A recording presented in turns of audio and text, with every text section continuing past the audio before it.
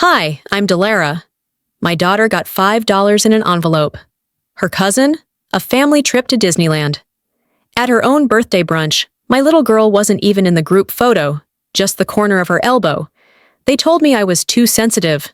Said I should be grateful she got anything at all. They used her name to claim tax refunds, moved her inheritance into someone else's account, changed her emergency contact at school, without asking me. And when I finally spoke up, they called me the drama. But here's the thing. What happens when the quiet one keeps the receipts? What do you do when a mother stops asking for space and starts taking it back? The smell of grilled hot dogs mixed with overbaked sugar cookies filled the air, clinging to the breeze like a reminder that we were still at Vera's house, my mother's well-manicured backyard, where smiles were staged and roles were well-rehearsed. It was Bryn's celebration again, even if the invitation said joint birthday for her and Manette. Manette stood near the picnic table, her little paper crown crooked on her head. Her hands clutched a homemade card she had drawn for Grandma, covered in glitter and uneven letters. She had practiced reading it aloud, but Vera barely glanced at her when she handed it over. Instead, the crowd's attention was already fixed on Bryn, who was twirling in a brand-new dress that shimmered like sequins on a TV game show. "Look at our little star!" Isolde sang out, her voice cutting through the chatter like polished silverware on ceramic. "You'll look perfect for the Hawaii trip, sweetie." I froze. Hawaii? That was the first time I'd heard of it. Judging by Manette's confused look and the way she reached for my hand, it was news to her too. The entire family, apparently including my parents, Isolde, and even a few cousins, had planned a vacation to celebrate Bryn's dance recital. And we weren't invited, not even mentioned. Before I could ask anything, Vera approached with a white envelope in her hand. No glitter, no ribbon, no warmth. "Here, honey, happy birthday," she said, handing it to Manette with a quick pat on the head, like one might give a child who sneezed politely. Manette opened it and looked at the $5 bill inside. No card, just $5. She looked up at me, eyes wide with hope, waiting for my reaction so she could mirror it. I smiled tightly and said, "What do you say, sweetheart?" "Thank you," she whispered, almost like she didn't mean it. Almost like she didn't understand what she was thanking them for. Vera nodded, already turning her attention back to Bryn, who had just unwrapped a $200 karaoke machine. "It's the thought that counts, honey," Vera said over her shoulder. "Is it?" I wanted to ask. Whose thought? Later, as the party dragged into its inevitable series of posed family photos, I noticed something else. How the camera always found Bryn, and how Manette slowly started stepping out of frame. She didn't complain. She just stood off to the side, nibbling on a piece of cake no one remembered to cut for her. Back home, after the helium balloons had started to sag, and Manette had taken off the crown without saying a word, we sat in the kitchen. She pulled the $5 bill from her dress pocket and placed it carefully on the counter, like it was something fragile. "Was I bad?" she asked, barely above a whisper. I turned to face her. "No, baby, you were perfect." "Then why didn't Grandma get me something nice?" she continued, blinking fast. "Am I not good enough, Mom?" There's a sound that only exists in a mother's chest, a crack that doesn't echo, just reverberates inward, ricocheting off the parts of you that still believe in fairness. I crouched down to her level, brushed the hair from her forehead, and said, "Sweetheart, you are better than good. You are my heart walking outside my body." She nodded, but her eyes were glassy, her little fists clenched. "You don't measure love by dollar signs," I added, trying to hold it together, "but by who shows up when it matters." I didn't sleep much that night. After Manette had gone to bed, I found myself sitting at the edge of the couch, phone in hand, scrolling through the family's group messages. I wasn't looking for anything specific, just patterns, omissions, proof that this wasn't in my head. Then I stumbled on a photo Vera had posted earlier in the day, a shot of the birthday table. Balloons, presents, kids laughing. Bryn, front and center, and Manette. Well, Manette was there too, just barely. Cropped on the edge, her face half cut, like she'd been in the way of a better photo. At first, I thought it was an accident. But then again, maybe it wasn't. Maybe it was just a small slight. But maybe, just maybe, it was something more. 2 nights after the party, the balloons were still sagging on the ceiling, their strings tangled and pathetic. Manette had gone to bed early. No bedtime story, no goodnight song, just a quiet "I'm tired," and the soft sound of her door clicking shut. I'd barely touched my tea. The mug sat untouched on the side table as I lay on the couch, phone tilted against my knee, doom scrolling without purpose. That's when I saw it. Celebrating our bright star, Bryn. Always shining. Vera's caption glowed beneath a photo on Facebook, already hearted by half the extended family. There they all were. Mom, Dad, Isolde, Bryn center stage, surrounded by pastel decorations, laughing cousins, even the cake I'd helped pay for. And Manette? She wasn't in it. At least, not really. Just the edge of her elbow, pale pink sleeve barely visible on the right side of the frame. It wasn't blurred, it wasn't overlooked, it was cut. I tapped the image, zooming in instinctively, like I could somehow pull her back into the moment. But no, she wasn't there. Not really. Not in the eyes that mattered. You can call it an accident once. Twice is a choice. That afternoon had already felt like a balancing act on a frayed rope. Watching Manette stand by the cake with her cupcake while Bryn posed for her 3rd set of photos. I remembered how Manette kept waiting, holding out her card for Vera, who was too busy making sure Bryn's hair sparkled right in the light. I'd told myself not to make a scene. Told myself, it's just family dynamics. But sitting there in the dim light of my apartment, phone in hand, I realized there's nothing just about being erased. I backed out of the photo, opened the family group chat, our digital living room, if you can call it that, and started scrolling backward. Most messages were mundane. Weather complaints, a forwarded chain about probiotics from Vera, photos of Bryn at rehearsals. Then I found it. Isolde. Let's not complicate things with Delara. She's always been the quiet one, not worth investing too much energy. A simple line, short, almost dismissive. But my breath caught. Quentin had replied with a thumbs-up emoji. Then Vera added, "She's just not cut from the same cloth. It's not her fault." Not her fault? I read it 3 times, slowly. Each time, the meaning sharpened, like a knife pressed into soft fruit. This wasn't just favoritism. This wasn't subtle. This was a closed-door decision made on my behalf, about me, without me. Strategic exclusion, served with a polite emoji. I stared at the screen until it dimmed from inactivity, then tapped it back on. Took screenshots, all of it. Saved them into a new folder on my desktop. For Manette, for truth. I didn't cry. I didn't scream. I didn't even reply. Just watched the messages sit there, unread by me, but echoing louder than any shout. If they saw me as disposable, did they see her that way too? Because if I wasn't worth investing in, what did they think about my daughter? Manette, who had never caused a scene, who remembered birthdays, who once gave Vera a necklace made of painted macaroni and cried when it broke. If they could edit me out of the narrative, they'd delete her with a backspace and call it organization. I sat up, breathing deep, reached for my laptop, and opened a new document. You teach people how to treat you by what you allow. It was a quote I'd seen years ago. At the time, I thought it sounded like something a life coach would stencil on their office wall. Tonight, it felt like a weapon I had just learned how to wield. I started copying more screenshots, dates, emails, photos. I wasn't planning revenge. I was documenting history. Because if no one else was going to preserve our side of the story, I'd be damned if I let theirs be the only version that survived. I locked the screen and set the laptop down. Picked up the mug of tea.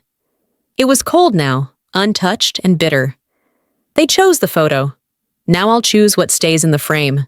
Manette was tracing letters at the kitchen table, her pencil movements slow, deliberate, like each stroke needed to be perfect or else.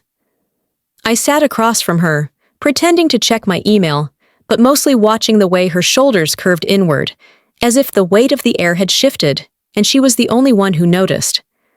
The silence between us wasn't heavy, but it carried meaning. It always did. She didn't look up when she said it. "I don't want to be the extra girl anymore, Mom." I blinked. Thought I misheard her. "What do you mean, sweetheart?" Still no eye contact. Just a quiet, practiced voice, the kind kids use when they've rehearsed something over and over in their heads. "They only cheer for Bryn. Nobody saves a chair for me."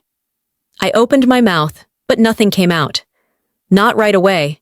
Not when her words hit like a cold wind sneaking through a crack in the window. Unexpected, invisible, sharp. I didn't cry, not in front of her. I smiled gently, touched her hand, and mumbled something useless like, "That's not true." She nodded, because that's what kids do when they know their parent is lying to protect them. I excused myself, stepped into the bathroom, shut the door quietly, locked it. Then I sat on the edge of the tub, face in my hands, breathing slowly. I didn't sob. I just let my chest cave in without sound. When your child starts noticing the things you've spent your life ignoring, something shifts. It's not about protecting them anymore. It's about finally protecting yourself, too. Later that night, after she'd gone to bed, I curled up on the couch with a blanket and a notebook I hadn't used in years. The front cover still had a doodle of a flower Manette had scribbled when she was 3. I opened it to a fresh page and started writing.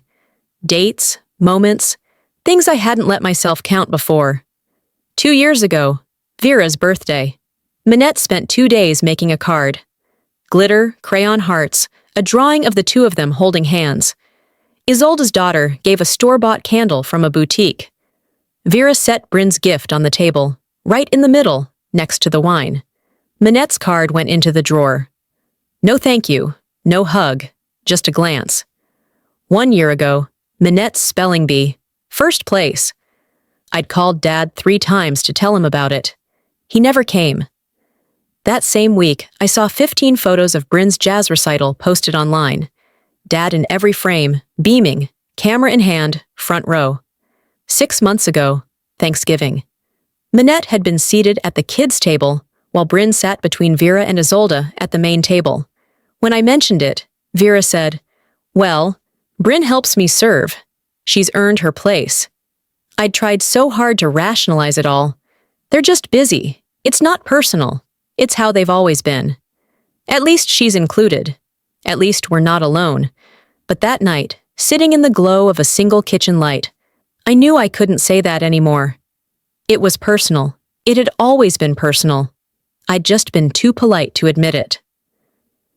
The next morning at school drop-off, I saw Sloane standing outside her classroom, arms folded, eyes kind but serious.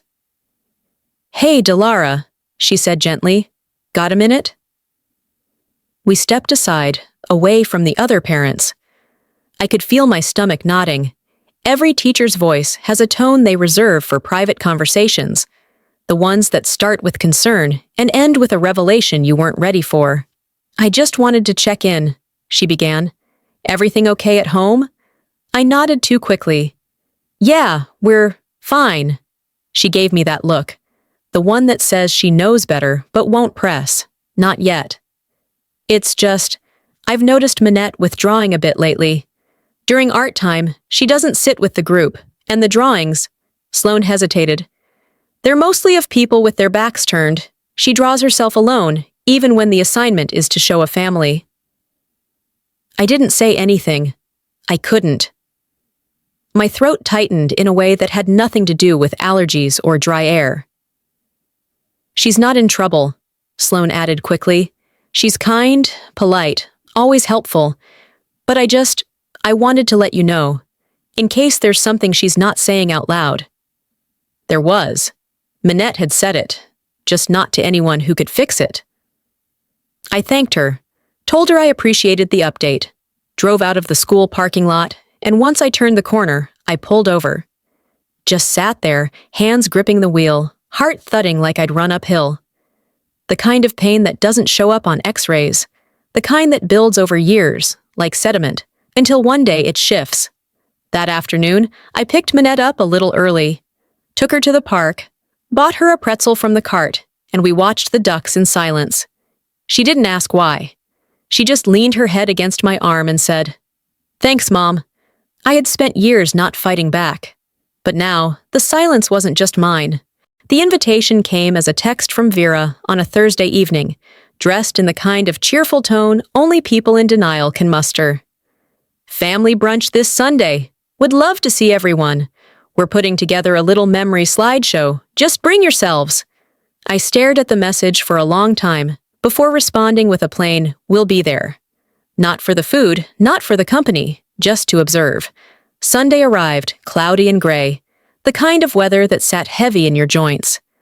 I dressed Manette in the blue dress she picked herself, the one she said made her feel like a teacher.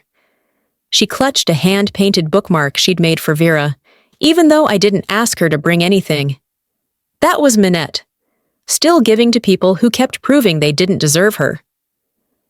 Vera's house looked as pristine as ever. The table was set with mismatched heirloom plates, candles lit like it was Thanksgiving. Bryn was already there, of course, wearing a new outfit and sipping from a monogrammed tumbler like she owned the place.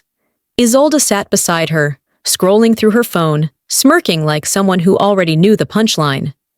Brunch was predictably performative, Vera gushing about Bryn's upcoming performance, Quentin nodding like a bobblehead. I kept quiet, answering when spoken to, watching Manette doodle on her napkin, unnoticed. After we cleared the dishes, Vera stood up and smiled brightly. "We've put together something special," she announced, turning on the iPad propped on the sideboard. "A walk down memory lane with our precious grandchildren." The video began with soft music, a sentimental tune Vera probably found on some nostalgia YouTube playlist. Photos of Bryn flooded the screen, her first recital, family vacations, school awards, slow-motion clips of her blowing out birthday candles while the whole room clapped.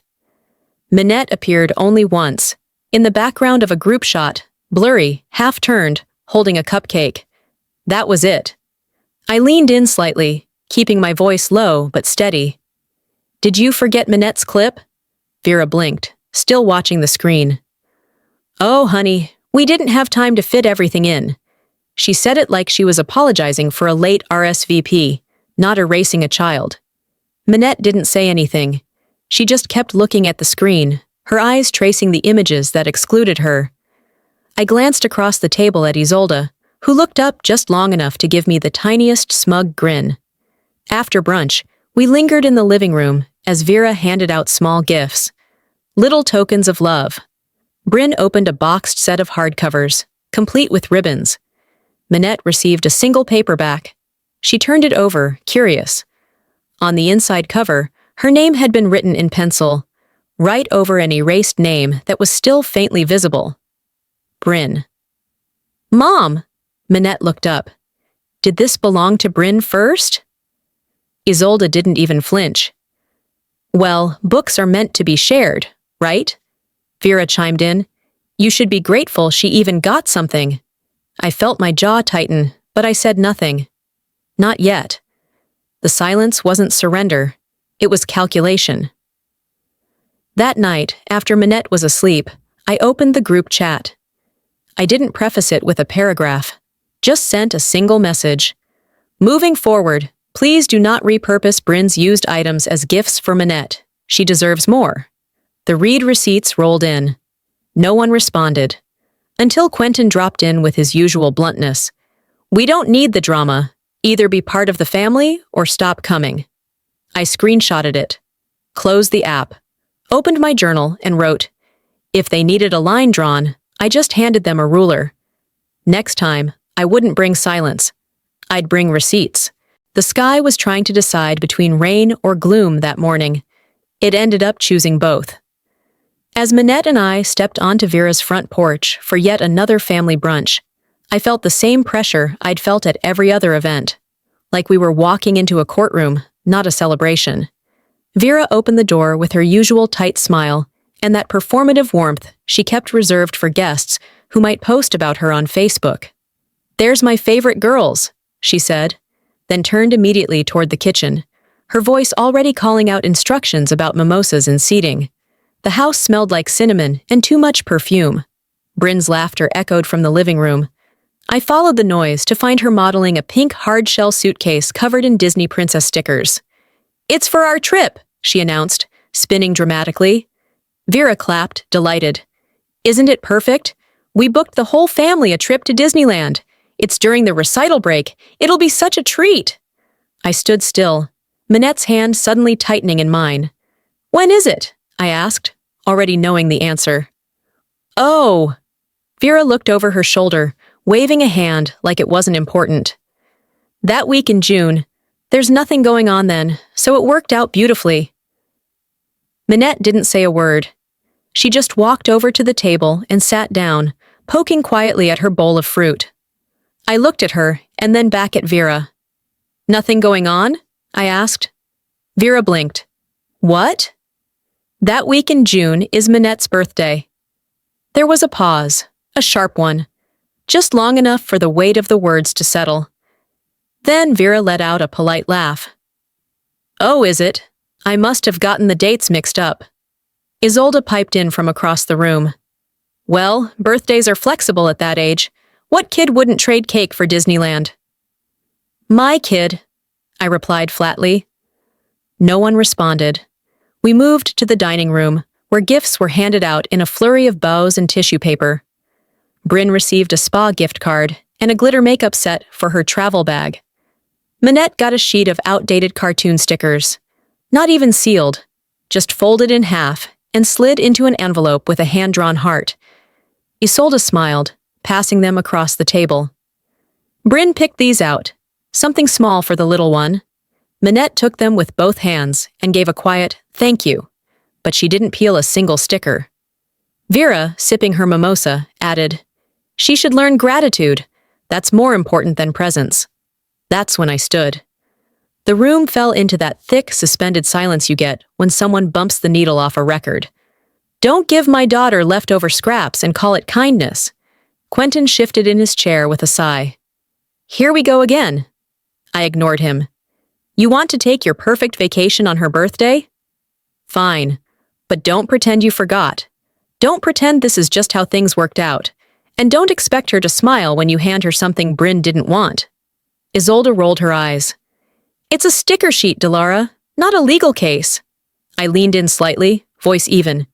"You're right, it's not a legal case, but it's a damn clear pattern." Bryn looked uncomfortable for once, staring down at her plate. Vera set her glass down gently. "Maybe this isn't the time for dramatics." "No," I said, picking up Manette's little tote bag, sliding it over my shoulder. "It's exactly the time." I helped Manette down from her chair. She didn't speak, just followed me, still clutching the sticker envelope like it might turn into something better if she believed hard enough. At the doorway, I paused and looked back. Every pair of eyes was on me, waiting for the apology I wasn't going to give. I'm no longer asking to be treated fairly. I'm telling you what's no longer acceptable. I let the weight of the silence linger. Plan whatever trips you want. Just leave my daughter and me out of your edited family album. And with that, I opened the door and walked us into the fresh air, the kind of air that stings more from relief than cold. The next time they crossed a line, I'd be holding a highlighter. Monday morning came with a stillness I hadn't felt in weeks. The kind of quiet that isn't just about sound, it's about resolve.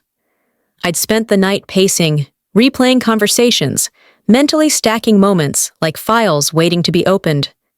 Manette was still asleep, curled up under her unicorn blanket, unaware that I was about to change everything. I sat at the kitchen table, laptop open, a cup of coffee cooling next to me. The folder labeled Manette Evidence stared back at me. I clicked it open. First, the college fund. 2 years ago, my parents had promised equal contributions for both girls, one for Manette, one for Bryn. I'd seen the paperwork once, just a glimpse. Vera had waved it off like it was no big deal. "It's automatic," she'd said. "We're making sure they're both taken care of." Now, scrolling through the PDF files and login snapshots I had saved, the balance under Manette's name was gone. Closed. In its place, a fund titled Bryn M. Scholarship Prep. They hadn't just stolen from her future. They had reassigned it. Like she didn't need a future, like it was optional. They thought I'd never check because I was never invited into the room where the real decisions happened. My fingers trembled, not from anger, but from precision. I opened my email history. There it was. A message chain from Isolde months ago, right before Bryn's birthday. She had suggested a group gift, something from the whole family to make it feel united. A bracelet from a boutique. Vera had even said, "Let's all pitch in. It's only fair." At the time, I didn't question it. I scanned the receipt, paid my part.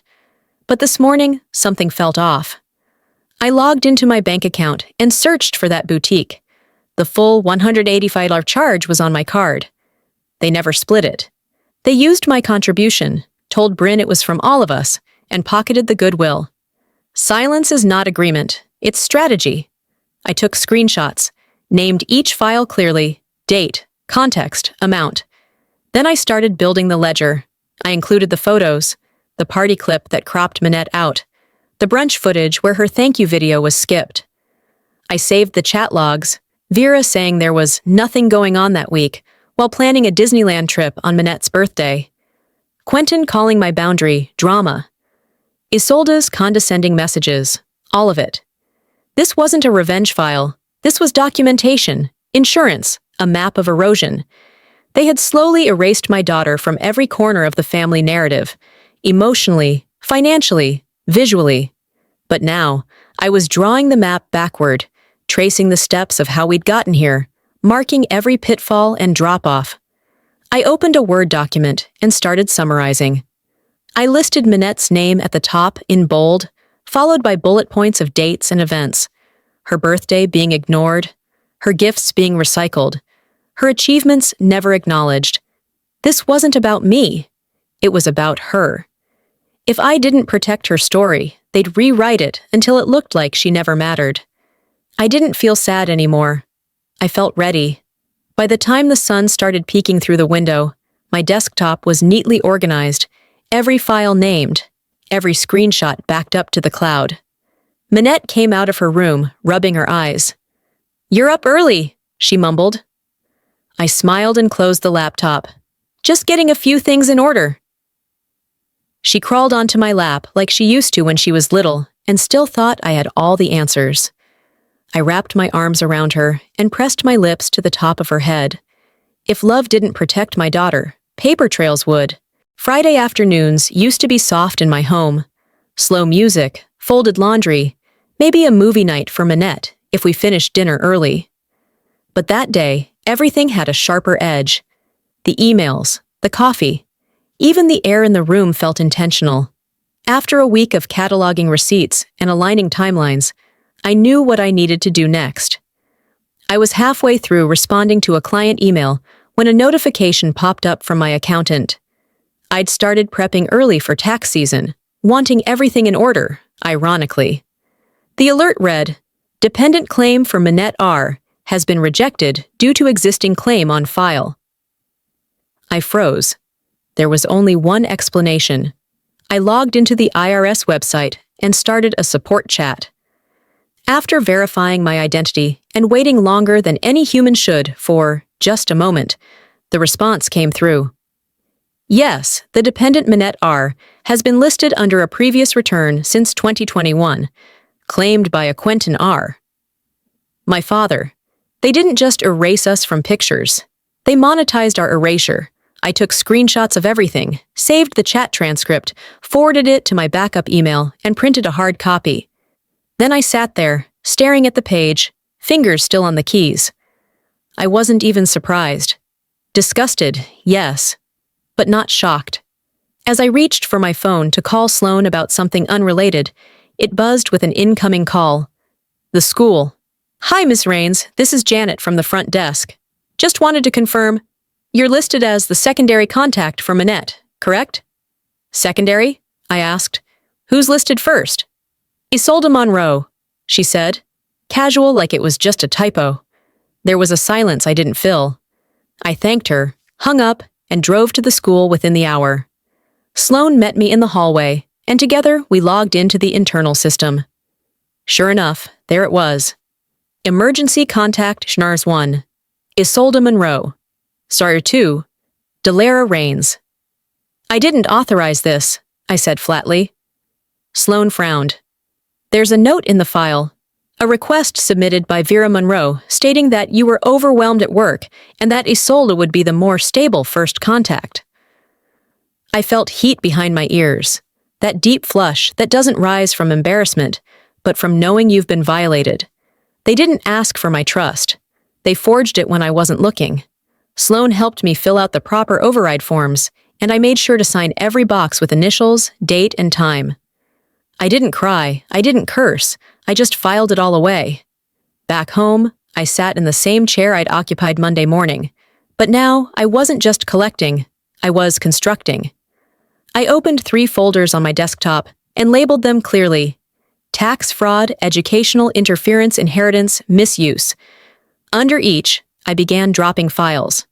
Scans, emails, screenshots, school contact history, Manette's name in pencil on reused birthday gifts, the missing savings fund, the receipt for Bryn's bracelet charged to my account.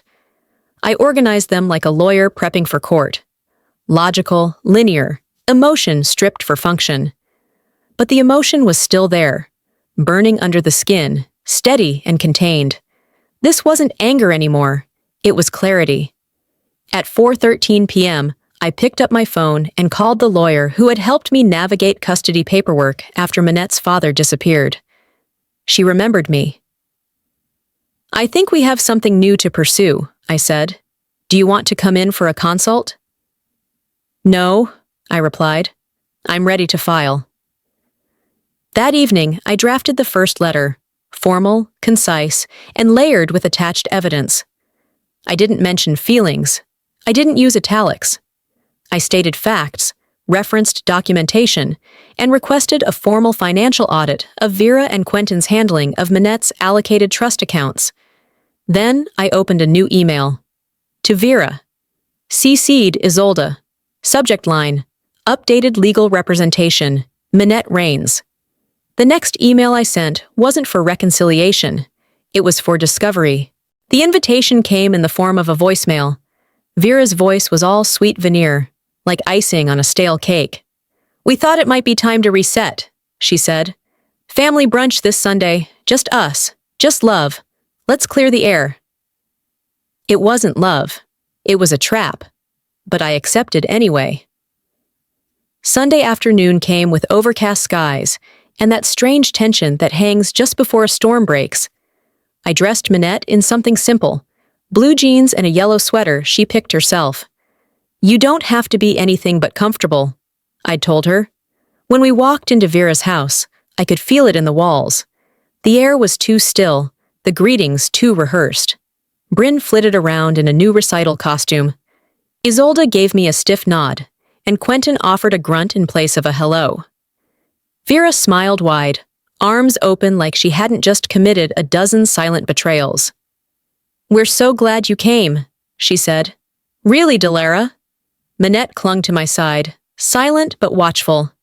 I scanned the room. Everyone was there. Everyone except the truth. Vera clapped her hands. Before we eat, I thought we'd enjoy a little something.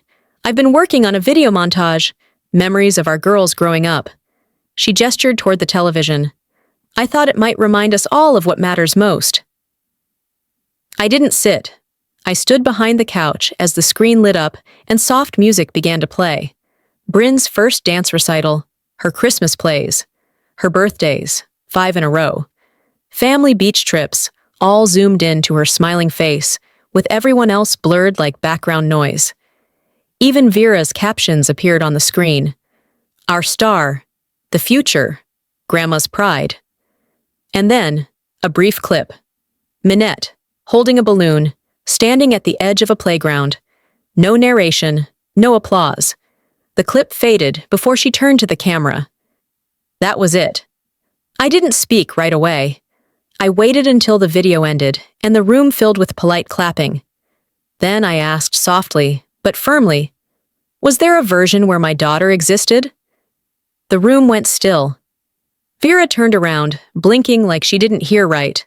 What? You played 10 minutes of footage and my child got a 2-second cameo as a background prop, I said. That wasn't intentional, she replied quickly. We had so many clips, there just wasn't time to fit everything in. You made time, I said, stepping forward. For recitals, birthdays, baby teeth, beach days, every laugh Bryn ever had. But you couldn't make time for one video of the child you claim to love like your own? Vera opened her mouth, but I didn't let her finish. I reached into my bag and pulled out a manila folder, thick and heavy. I walked to the dining table and laid it down. Since we're revisiting memories, I said, I brought some of my own. I opened the folder, spreading out printed emails, tax documents, gift receipts, copies of the college fund transfers.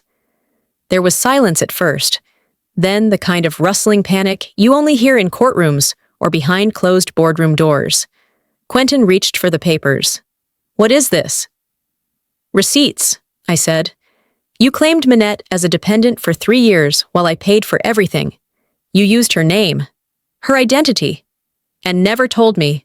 You emptied her savings, transferred it to Bryn. That's absurd, Vera snapped, voice rising. It's documented, I replied. Unlike the love you claim to have for her. Isolde laughed bitterly. So what, you're suing us now? No, I said, picking up Manette's coat. I'm cutting you out. You edited her out of your memories. I'm editing you out of her future. I looked at Manette, who had stayed near the door, silent and small. Her eyes locked with mine, and I saw it. Recognition. She knew I was doing this for her. As I walked past the table, I paused. Next time you want to pretend she never existed, I said, looking at them each in the eye. At least make sure she's not watching. Then I opened the door and stepped into the daylight with her hand in mine. They filmed memories without us. Now the spotlight's mine. A week had passed since I laid the folder on Vera's table, like it was a final will. 7 days since I pulled Manette's coat from the back of her chair, held her hand, and walked out of that house for what I hoped was the last time. Not a single message came after that. No calls, no awkward apology texts, nothing. I wasn't surprised. What did surprise me was how fast the narrative shifted. Outside my line of sight, but not beyond my hearing. At the grocery store, I saw Carol. She used to be close with Vera, one of those neighborhood women who baked casseroles when someone got a flat tire. She gave me a tight smile and said, So, everything okay? I heard you were having a moment. A moment. That's what they were calling it. On Tuesday, I picked Manette up from school, and another parent I barely knew leaned over and whispered, I don't mean to pry, but Isolde said you'd had a bit of a meltdown at a brunch. There it was again, rebranded and redistributed. I was no longer the woman who spoke up for her daughter. I was the dramatic single mom. I didn't flinch. I smiled. I nodded. But inside, I burned. They weren't just ignoring me. They were rewriting who I was. I wasn't being pushed out. I was being replaced. Later that night, I opened Facebook to check the class group updates and saw Vera had posted something vague and venomous. A pastel-colored quote tile that read, Some people only know how to destroy family to feel important, captioned with a single word. Sad. Not a name in sight, but everyone who knew us knew. I didn't comment. I didn't message. I just took a screenshot and saved it in the legal folder. Proof of pattern, not pain. 2 days later, I received a forwarded email from my cousin Danielle. Subject line, Family Day Celebration, July 10th. I wasn't copied. Neither was Manette. The RSVP card included names, Vera, Quentin, Isolde, Bryn, even second cousins from out of state. Not us. Danielle wrote, I think they forgot you by mistake. Want me to check? I replied with a simple, no need. And then I filed it. I wasn't angry. not like before. Something colder had settled in its place, a numb understanding that they weren't hiding who they were anymore. They were advertising it. Manette asked me that night if we were going to the next family party. No, I told her gently. They didn't invite us. She didn't cry. She didn't ask why. She just nodded. Then she climbed onto the couch and laid her head on my lap. They probably forgot, she said softly. No, I whispered, stroking her hair. They remembered. They chose. On Friday afternoon, as I waited outside her school, a mother I recognized from last year approached me near the playground bench. She gave me that pitying smile, the one people use when they've only heard half the story but believe it all. Hey, everything okay with your family? She asked. I heard something happened. I looked her in the eyes and said, We're redefining what family means. She blinked, unsure how to respond. I didn't fill the silence. As she walked away, I leaned back against the bench, watching Manette play. She ran with 2 other girls from her class, laughing, arms swinging freely. Even when you walk away, their echoes follow. But echoes don't have hands. They can't hold you down. That night, I lit a candle and sat at the kitchen table. I opened a blank page in the same folder where I'd been collecting evidence. But this one wasn't for documentation. It was a list, not of grievances, not of names to take to court, but of people who mattered. Manette's teacher, her friend Maya, my neighbor, who always left small gifts on the porch, my coworker Sheila, who covered for me when I needed to pick up early. And at the very top, in bold, I wrote, Manette. They removed our names from the invitation. I was about to make our own list. 2 weeks after that last brunch, life had settled into a new rhythm. Not softer, just quieter. I walked through each day with more awareness, measured, alert, and certain of one thing. There was no going back. Especially not after what I saw at Manette's school that Thursday. The auditorium was packed with folding chairs and anticipation. End-of-year ceremonies always had that buzz. Parents dressed a little nicer, phones clutched, ready to capture a moment. Bryn's family arrived first. Vera and Quentin in their Sunday best. Isolde with a gift bag that looked like it held more value than some people's rent. They took up 3 rows near the front, claimed them like property. Vera waved at every teacher like they owed her something. Manette and I sat toward the back. By choice. She wore a lavender dress she picked herself and carried her own folder with a few notes in case she got called on. Just in case, she whispered. Her name was last on the program. I watched Bryn walk across the stage earlier in the program, receiving her certificate with the kind of dramatic flair you'd expect from a child used to the spotlight. The room roared. Vera even stood. Then came Manette. She walked to the podium with calm grace, her chin up, steps measured. She didn't beam. She didn't wave. She didn't need to. I clapped alone. Vera had started packing her purse halfway through the principal's speech. Quentin was already checking his watch. They were gone before Manette's name left the principal's mouth. She walked with grace, even when the room ignored her steps. After the ceremony, in the parking lot, Vera intercepted me by my car. "Delara," she said, adjusting her sunglasses like they were armor. "We weren't trying to be disrespectful. Honestly, Manette will be fine. You've always been sensitive. $5 was more than enough for her." I didn't respond. I reached into my bag, unlocked my phone, and hit play. Vera's voice, clear and sharp, echoed from the speaker, one of the recordings I'd captured during a conversation last month. I mean, she's not really my responsibility. Bryn shines, Manette blends in. That's just how some kids are. Vera's mouth opened slightly. Her hand went to her chest like she was searching for pearls that weren't there. "Sometimes," I said, "the only way to get someone to hear themselves is to play back their voice." Her eyes darted, probably wondering if anyone else in the lot heard. I didn't wait for her to recover. Now the court can decide what that was worth. She turned pale. And for once, Vera didn't have a closing remark. Later that afternoon, I sat in the auditorium of our local community center, this time not as an attendee, but as a guest speaker. The invitation came after Manette's teacher nominated her for a Resilience and Kindness Award. Someone at the center read her story in the school newsletter and asked if I'd speak at the event on parenting, boundaries, and rebuilding from within. I almost said no, but Manette asked me to do it. So I did. I stood before a room of people who didn't know our past and wouldn't weaponize it. I told them how love wasn't about legacy, it was about presence.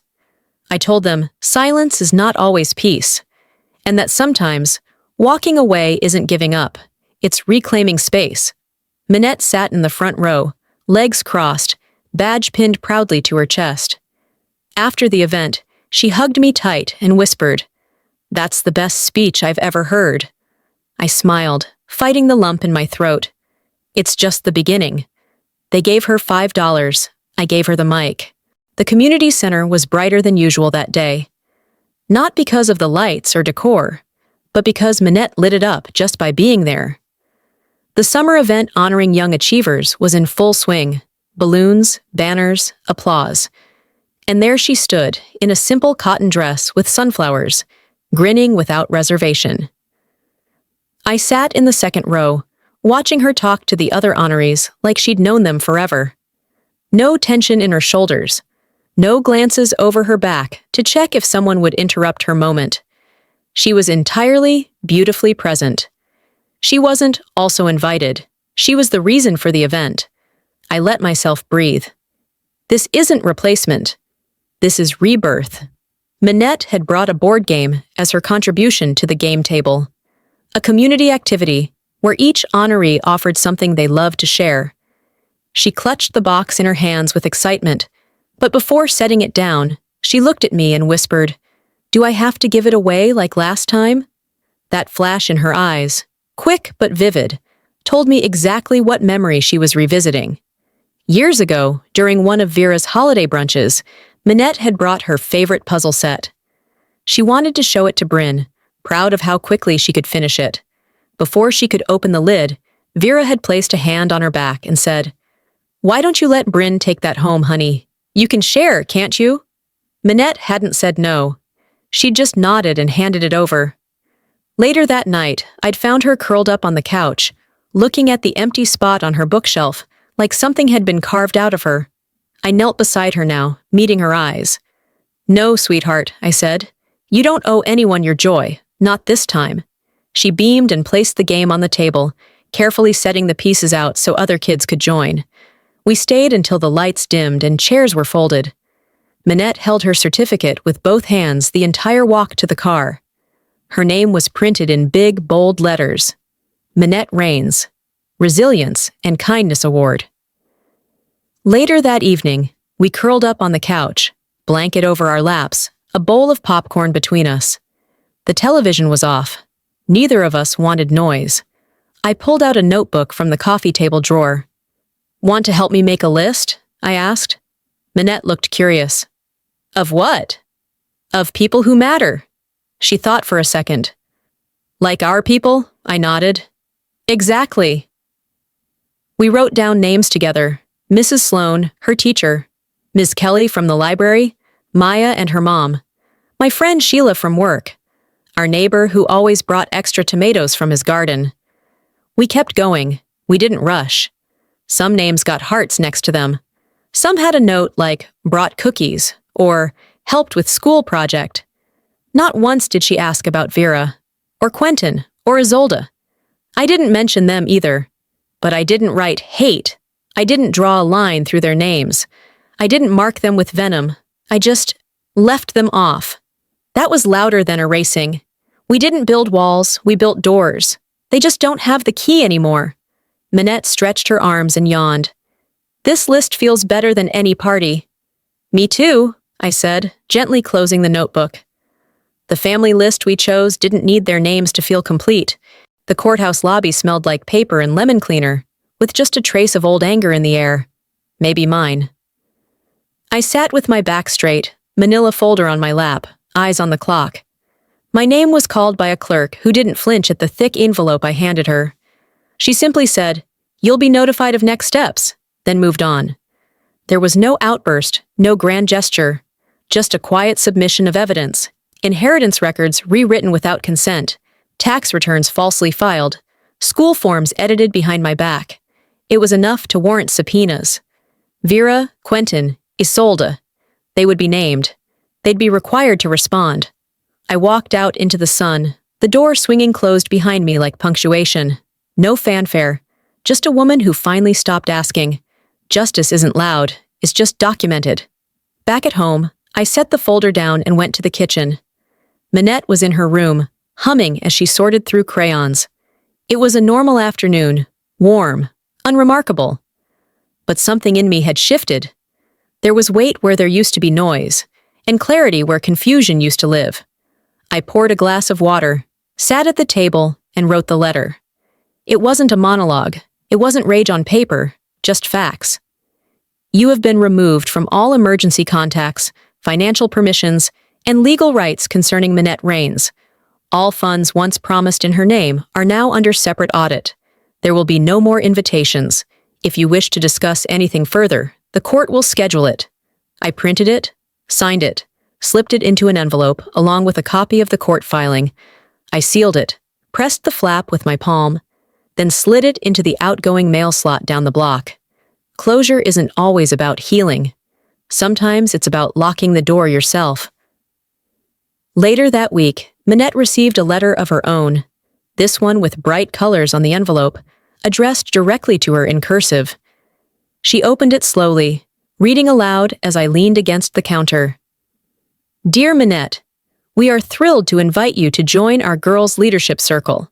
Based on your recent nomination, we believe you exemplify compassion, courage, and strength. Her eyes sparkled. They picked me? They didn't just pick you, I said. They saw you. She hugged the letter to her chest and whispered, Do I have to give this one away? No, baby, I said. This one's all yours. That night, after Manette went to bed, I updated our household emergency folder. One of those documents they recommend keeping in case of fire or accident. Under in case of family emergency, I wrote in pen, My daughter and I are no longer available. The next morning, I saw the mail truck drive past our building. They'd received the letter today. I didn't wonder if they'd read it. Didn't care if they'd deny it. This wasn't about how they'd respond. It was about what I had finally decided. That was the last invitation they'd ever get, and the first one we truly sent.